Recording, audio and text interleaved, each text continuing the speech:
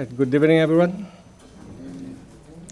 Okay, yes, we are going to be talking about spiritual wisdom, and we're going to be touching on some very profound, something very deep in us, which is called consciousness as well. Let's start by doing a little exercise here, so we wake up. So what did these people have in common? Buddha, Albert Einstein, Gandhi, Mandela, Beethoven, Mother Teresa, Chico Xavier, and so many others in the same line, kind of a people. So we are going to live with that question in mind for just 3 minutes here as we try to establish the background for the rest of the night, for the rest of our discussions. But of course, the first reaction is, oh, they are all great people, enlightened people, probably missionaries. I see some predecessors of Jesus, those that came after Jesus, like Chico Xavier, Mother Teresa. So those kind of things that cross our mind, right? But there's something else that is common within those people. If you start to think about spiritual wisdom and you think about the people you know that you can say they have a lot of wisdom, they have both feet on the ground, they have this ability to bring comfort, the ability to bring, or at least to show you new ways, and then you're going to see they also have something in common. So this other side is all these people that you may have in mind, plus the people we just announced here, they all got to know things like misery, one way or the other type of misery. They all went through severe pain. They suffered a lot of defeat in their lives. They had a lot of, I don't know if that's a lot of, but they also experienced a lot of heartbreaks and terrible insatisfaction. So they were not what we would say, oh, this kind of a people, I can see them, I can picture them, kind of a living happiness as I would like to experience. No, they went through situations. And you can, look at Buddha, who went from being a prince, living in a kingdom of his father, in a world that did not exist except for him. And one day he gets out of there, and then, boom, comes this big pain of saying, this is reality. There's pain, there is death, there is illness, there's suffering. Albert Einstein, for example, he could not pass, he could not be admitted when he wanted to study at the, whatever they called at the time, let's say college, university. He wanted to be an engineer, he was not accepted. And then he could not find a job as a teacher of physics and math. He ended up working as a third-level assistant in a patent office. And during the little time he had, breaks and stuff, he would take the time to take another look and to ponder into some very difficult physics and math equations problems. And at the age of 26, he published his very first two pieces that he produced that was the base for the theory of relativity, which changed the world. You can look at Beethoven, for example. Well, Mandela spent 27 years in prison before he could get out of there and become the president of South Africa and change, or let's say for his standpoint as a missionary, to accomplish what his mission was all about. Chico Xavier, for example, in his book that's called the Gospel According to Chico, he says that he did not remember one day in his life he could say was, he didn't suffer any problem. So, those that know his history, when he was an infant, what he went through is not something we can repeat here before dinner. Okay? I know there's something is waiting for us over there. Soap. And so these people, they really went through a lot of suffering. And this is a way to introduce all of you to these difficulties in life, which is part of life. They can define us. Say, well, this is the way I am. I have always been like this. I guess this is what God wanted me to do with me. Or this is, everything that I touch goes wrong. Nothing that I start, I finish. So this is who I am. Everybody tells me I'm like this, so this is it.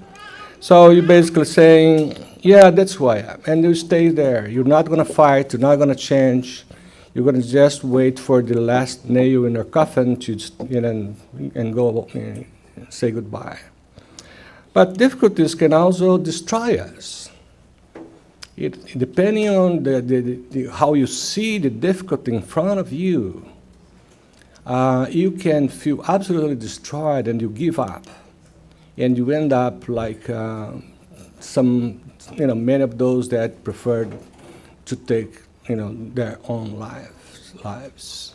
So difficulties can do that.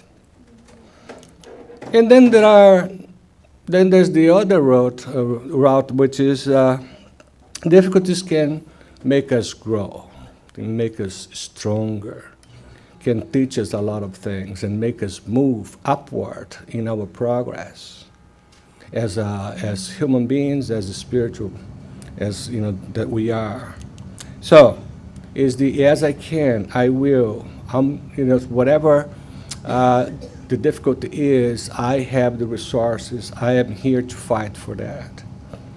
So, of course, when you come back to it's also important to say this does not come written in your DNA or anything like that. It's always an option. Which one you are going to take, you want to follow, you want to be defined by the difficulties, you want to be destroyed by the difficulties, or you want to grow with the difficulties, is a personal option.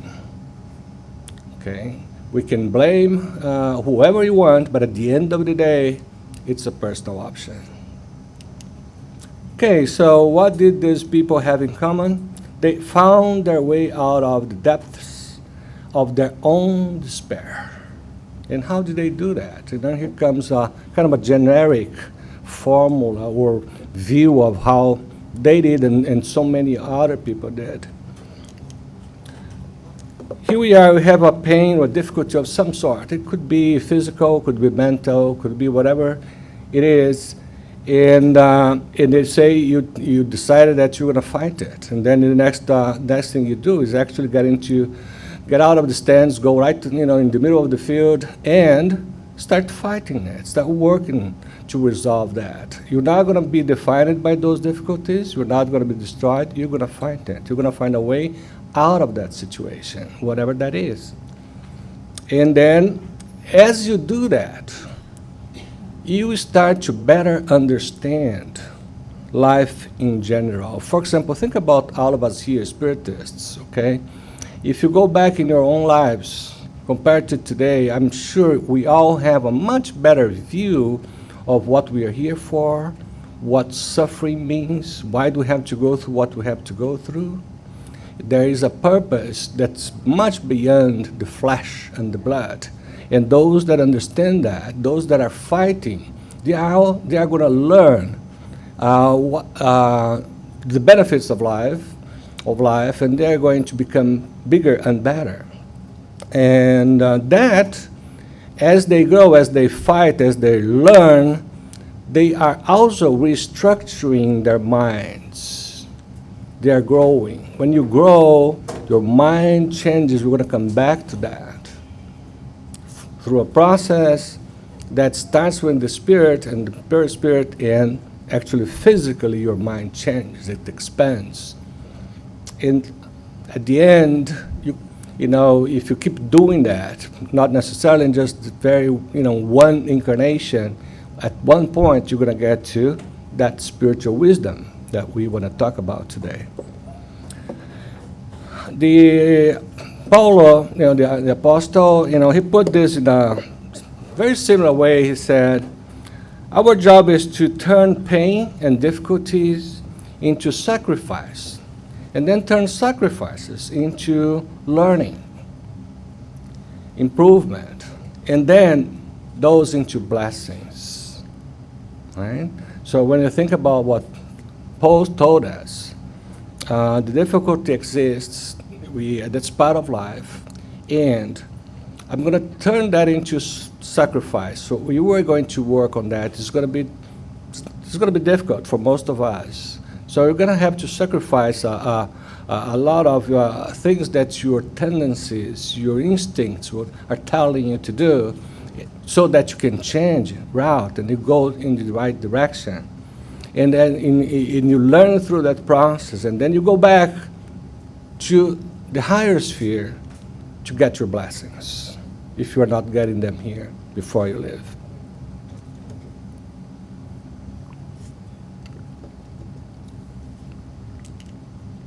Okay, so just so to help us memorize this particular slide, do you know which flower is that? Lotus, right? And we all know lotus. It's very, its habitat is in the mud normally. So if you can picture the mud, the water, all the trash that's in there, and then the flower is going to go from all the bottom of that mud, make your way up, and then become this beautiful flower, in touch with the sun and the rest of the cosmos.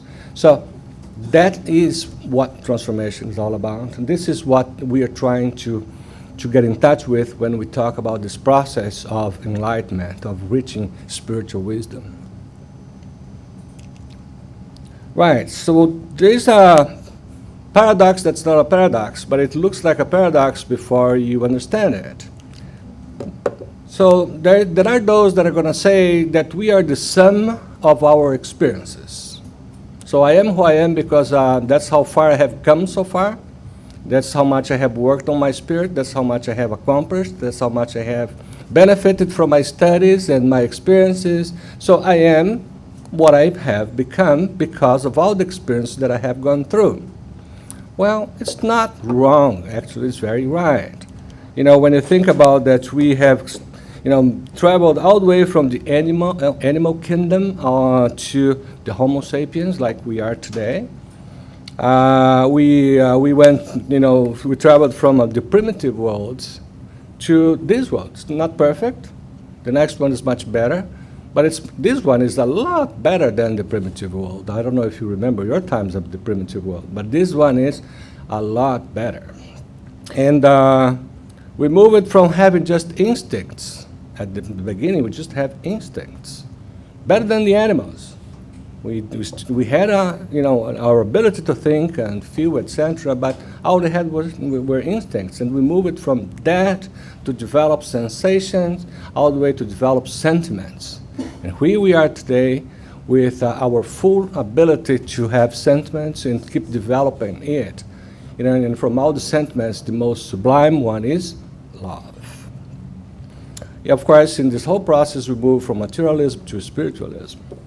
But the other side of this spectrum, there are people like Carl Jung, for example, that says we are not our experiences. We are who we decide to be. So which one is correct or more correct or this or that? So in this side, the right side, we have things like free will. Yeah, we have free will. We can decide whoever we want to be and how we want to react, how we want to behave. So that's what free will is all about. We have the gospel to guide us. We have had Jesus coming over here 2,000 years ago to teach us the way. We don't have to be who we have, how we developed so far, whoever we have become throughout the incarnations. And then there are the divine laws that are written in us, in our consciousness. That is the ultimate, guidance that we need to get to spiritual wisdom. So how do we reconcile those two? They are both right. Imagine yourself if the second one did not exist, so how would we progress? How would we become better? How would we perfect ourselves?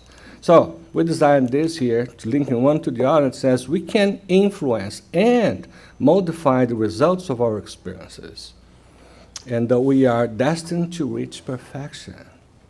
Yes, we bring into this world, in this particular incarnation, this huge background, everything we developed, or at least the latest version of ourselves, including all the improvements we had made up until last incarnation. We come over here just to enjoy that? No, we come over here to keep working on that. And how we're going to work on that? Well, we actually can influence and modify our status, when we came in. And as we do that, to continuously develop our consciousness. I'd like to talk to you tonight about consciousness, something that we don't pay attention to, or at least it's even confusing. Even the word consciousness is confusing. So you can say, well, either the person are conscious or he's at his lip. We're not talking about that kind of a consciousness. Talking about the consciousness as a faculty we have, just like we have the faculty of walking, hearing, seeing. So what we have here is our ability to work on our accumulated experience to bring it to the next level. And that is what we are here for. And of course, we're talking about from a spiritual standpoint. Our consciousness will always reflect where we stand at that particular point in time, like right now, for example. To develop a little bit more this idea of consciousness, again, talking about consciousness, some people say, well, isn't consciousness the same as mind? They're different things or the same thing? Where is consciousness? So we have mind and then we have consciousness. So it gets confused. Well, let's first work on what is consciousness all about, using a comparison to start with a projector. So what you see in there, what you're supposed to see is the projector and then the screen, and between the two you are supposed to see light. But of course it doesn't come up in the screen very clear, but you can kind of imagine the light projecting something into the screen there. What you see in the screen is the result of what is being projected and is being reflected in the screen by that light. So what you see in there is what we would call the forms of consciousness. So you see the perceptions, the sensations, the dreams. Imagine yourself projecting yourself into the screen.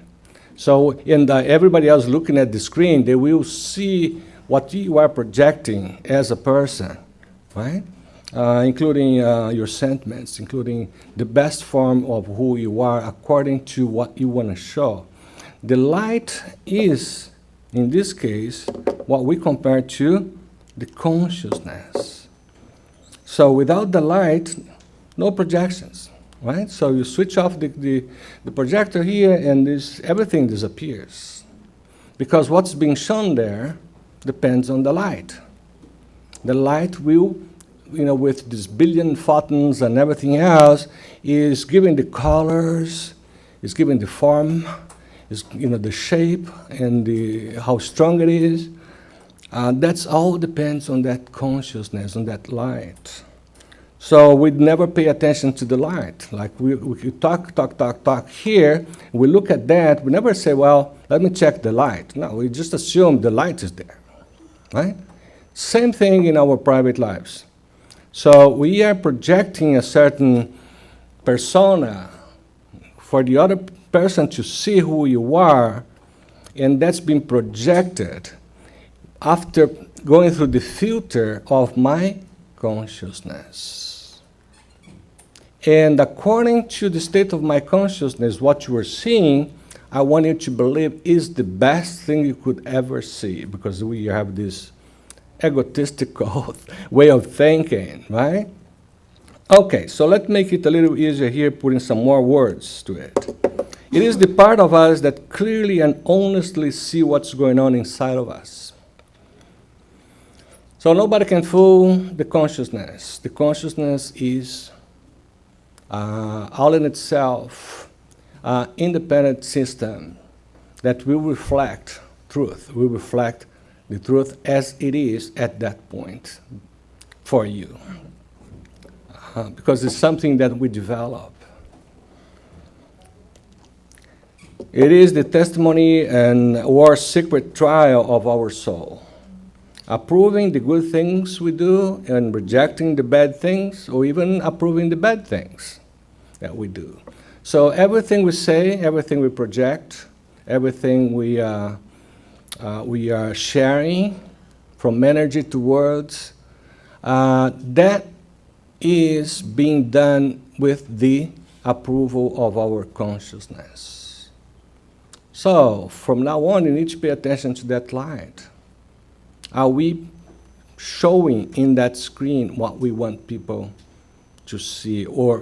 And that would be wrong all in itself, because we want to show there what we want to see in there as being the best of us. So something in us which leads us to know ourselves, to understand clearly what and how we feel, think, and act and react in our daily lives. So, something that's inside of us, it's in us, that really understands who we are. So when we have, I have this big this big pain in my consciousness, we say that figuratively, but if you think about it, say, well, I guess my consciousness would not, is not approving this. I need to work on that. So in the Spirit's book, question 621, when Kardec asks the question, where are the laws of God written? So it's not in the Bible, any other paper, not in WhatsApp or any place else. It's in our consciousness. And then you say, oh, it's there. There where? It's a concept that we need to pay more attention to. Where is it? What is it? What does it do? Is this something I have control of? How important is my consciousness to me and to humanity? Because some of those people we saw at the beginning, they were more concerned about the impact of their consciousness to humanity, like Gandhi, Mother Teresa. So, where is it? Have I ever had a dialogue with my consciousness? Our consciousness is part of us, part of our spirits, and it will evolve as we master the natural laws and as we develop morally and spiritually. And it's a good thing that this consciousness is part of our spirit. Otherwise, the body would die and we would have to start all over again. No, it's the consciousness. We will stay the way it is, and it's going to come back. When it comes back, it's going to stay with us forever because we are spirits. It's part of us as a spiritual being. Okay. Another way to talk about consciousness, you can picture, like an umbrella. This concept of umbrella, particularly here in the States, so everything under the umbrella of my insurance policy. So everything is under, that. It's this idea that it embraces everything. And actually, in this case, it does embrace our thoughts, our behaviors, our actions. Everything is under this big umbrella called consciousness. You're going to use your mind to think through and to determine, let's stop right there. You're going to use your mind to think through something. But as you do it, it's going to be filtered, or it's going to be judged, modified, improved by your consciousness. You can think whatever you want, even do whatever you want, but whatever you are doing has been approved by your consciousness. And of course, consciousness takes always into account that we have the free will to do whatever we want. Not everything that's good, that we think is good for us, that's what we're going to do is really good for us. And it's always an option. So that's the consciousness again, the concept coming back here. Without the consciousness, we would be one person every day, a different person. Because it's almost like what I think is true, what I thought was true yesterday, I don't think it's true today, or I'm going to start over again. So no, you are developing yourselves, and whatever you make of yourself stays there in your consciousness. Okay, let's talk about some timeless pieces of spiritual wisdom to help us through our difficulties. Now that we understand that we have an option in this world of being defined by the difficulties, destroyed by the difficulties, or make the difficulties a new base for progress, then we said that the progress is going to be residing in our consciousness and will dictate, will judge and tell us what to do going forward. So now we're going to see in a more practical way some ideas, some thoughts that can help us navigate all that process. First, we have to keep in mind that pain is part of life, even part of love, and that helps us grow. So pain and difficulty is what we are here to face. And it's only pain and difficulties because of the way we see it. We came over here to develop, for example, patience or humility, stuff like that.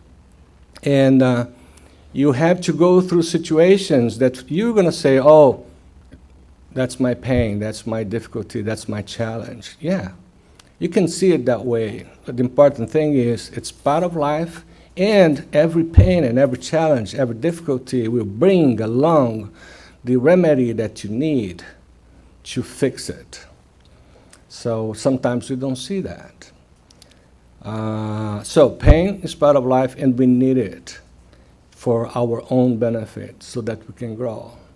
If you never had any scarceness of any good in your life, you probably are not going to have an opportunity to understand misery, understand hunger, right? You've never been there, never seen it. It's a mindset, and mindset is half of the battle. So why is it a mindset? Well, you heard this before. If you think you can, you can. If you think you can't, you can't. So that's mindset. So like going back to those names, they could have taken the route of, so be it, right? No, they said, no, I can do better. I can make it. I'm going to fight it.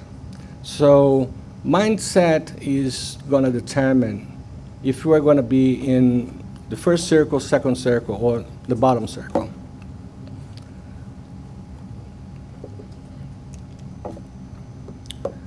Biggest fears don't really exist. So how come big fears don't really exist? Well, the thing is that the problem will be as big as you make it. So, if you think the problem is unsurmountable, then that's what it is for you. So what we need is to have the courage to face the problem, put it in the right perspective. We use a lot of self-compassion to say, well, right now I don't know how to answer that, but I'm going to study, I'm going to learn. I may start with plan B and before I really implement plan A. So the fear at the end of the day is our view of the difficulty from a place of where we lack self-confidence. We grow through experience. This is a very, very important concept.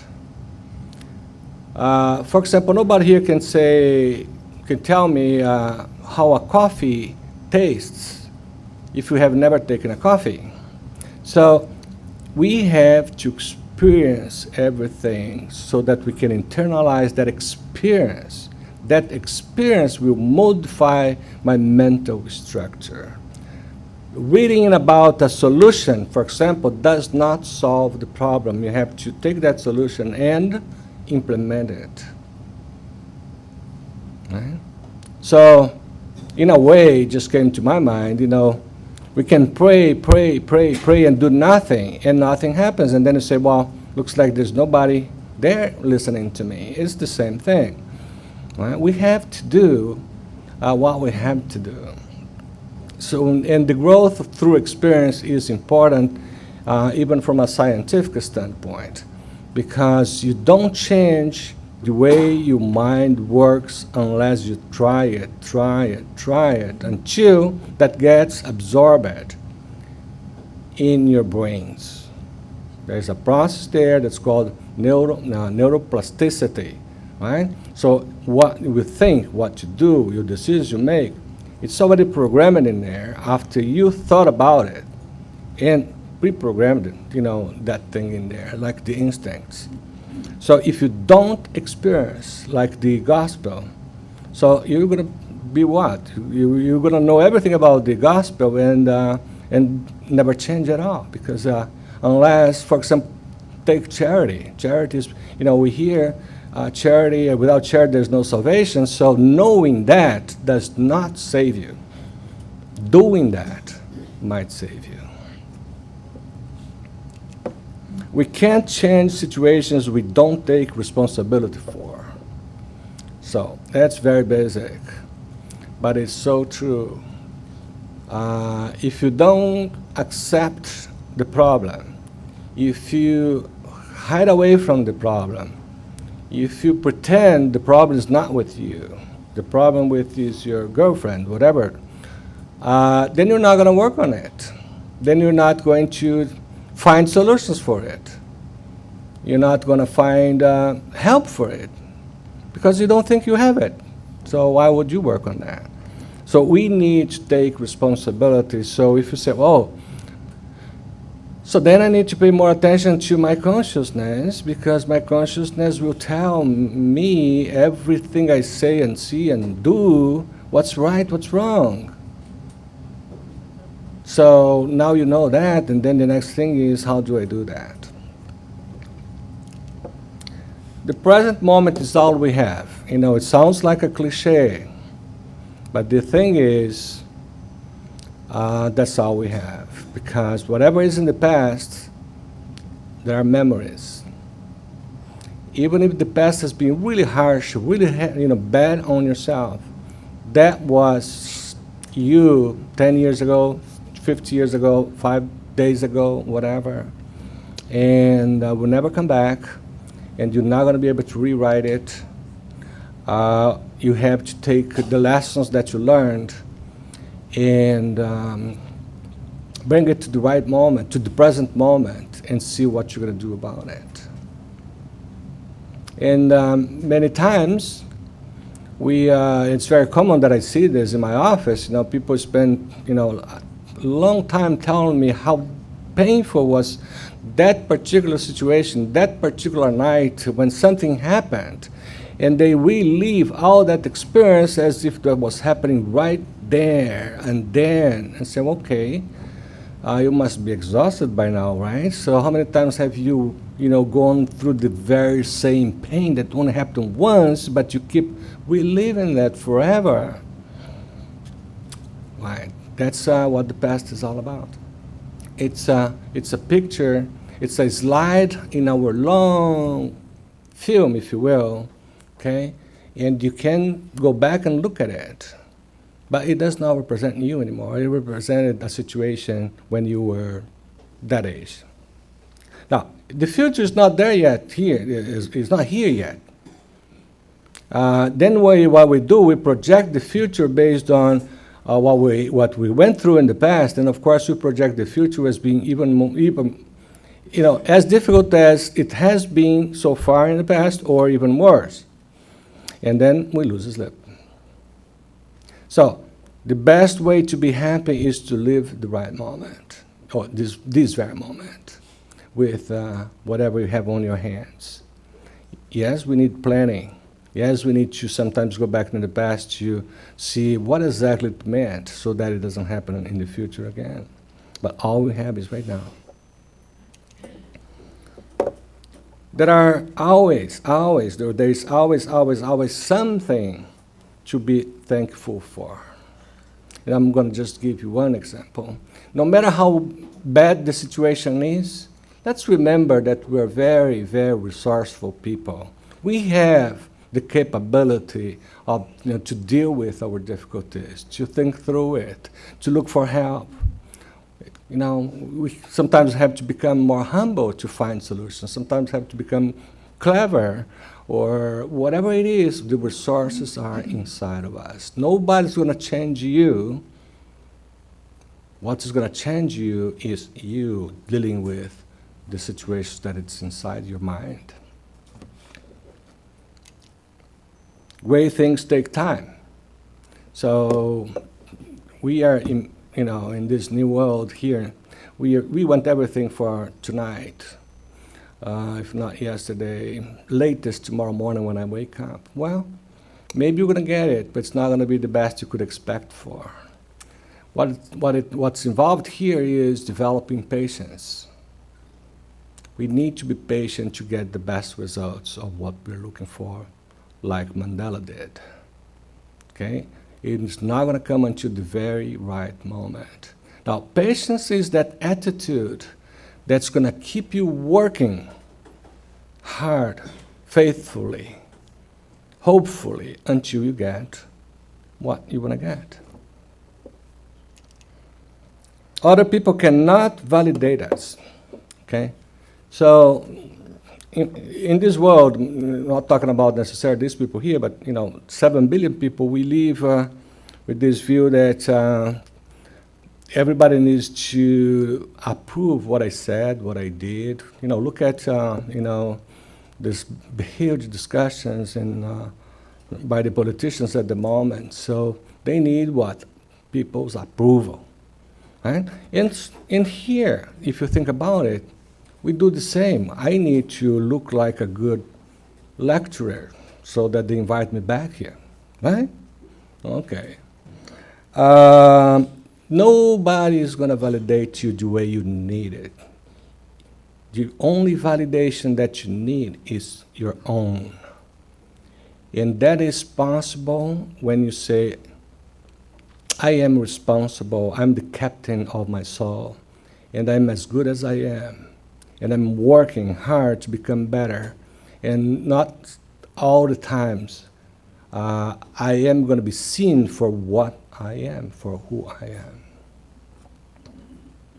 Last one, we're not alone. You know, and if we are here in this world, unless there's a missionary here that's here because, he asked permission to come over here to help us, then we're all in the same boat. We are in this world of trials and expiations, and we are at a very difficult point in time before the grand transition for a better world, and we are facing what we're facing. And everybody is in the same boat. Even if you don't think the person is, because sometimes we tend to believe that, that person is so, he's got a boat, a yacht, and a big apartment in Manhattan, so he must be happy. No. Nobody is happy the way you think it is. Now, kind of coming to an end, I would like to introduce to you another way of, now is not a timeless piece for spiritual wisdom, but we are at an age where we are developing a new psychological disorder, and it's called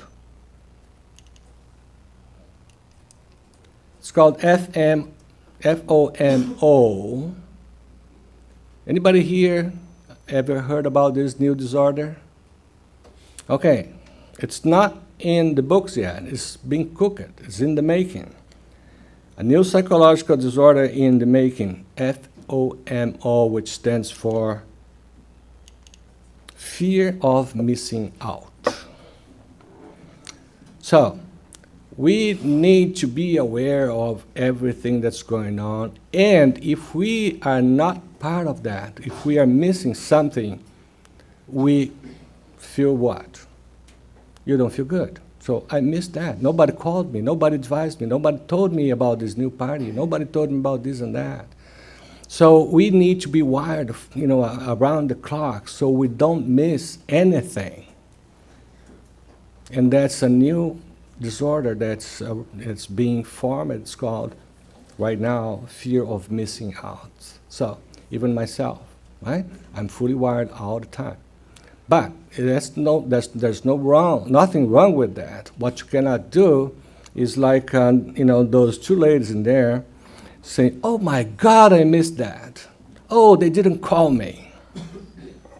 So you became, those are distractions, which we're going to be talking the next slide, which is this. How can I tell I am in the right direction to spiritual wisdom? Well, are you asking the right questions to yourself, to others? You have to be able to ask the right questions. So what am I here for? Where did I come from? Where do I go from here? What is important for me as a spirit? What's important for me as a member of my community? So am I asking the right questions that's going to lead me to the right places? You feel dissatisfaction. You have this internal thing on you that you are not satisfied with the status quo. You could be doing better. You could be bigger. You could have more impact. You could be more patient. You could be more lovely. You could be more understanding. You could be a better father, a better grandfather, whatever that is. There's this insatisfaction that leads you to find a way to the next level up. You don't get distracted away from your path. So we are here in this center, we have a path that we're trying to follow. And that path is the path that was left behind by Jesus. But we get distracted. And we need to be firm, be aware when we are not in the right track, that we need to come back to where we should be. You connect back to your essence, okay? Because we can always connect to our ego. We can, always, like the FOMO, and say, how is my image out there right now? How many likes did I get? Well, that's connecting to the ego. We need to connect to our essence. It doesn't have to be 24/7. You can get a break. you make heartful connections, those connections that are going to help you keep on track as opposed to get you into some shortcuts and diversion. You heal your inner child. That's an important one, okay? We have to understand our difficulties from that standpoint as well. Why am I like a perfectionist, for example? Why do I need to be a perfectionist? Oh, my father was like that. So we have to fix that inner child. You keep healing relationships and negative ones. We all know there are relationships that are very healing. And then there are those that are going to distract you, it's going to be in the wrong side of the road. And we have to find the right answers. Okay, so be careful who you ask, and then listen to the answer in a way that's filtered not by your ego, but by your essence. Get the right questions and then get the right answers. So if you have a psychological issue and you try them on your neighbor, you're going to get an answer. They're going to tell you, your neighbor is going to know exactly what you need to do and when and how.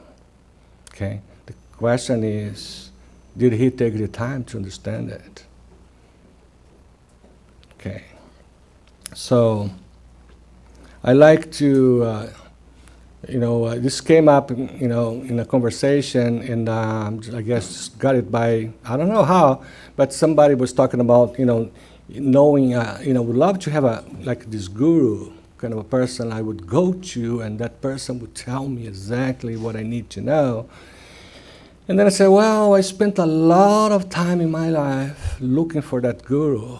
And when I thought I would never find one, then all of a sudden I found millions of them. How did you do that? In the library. There's a lot of them there just waiting for us. So, with that, I want you guys to have a very nice weekend. Thank you very, very much.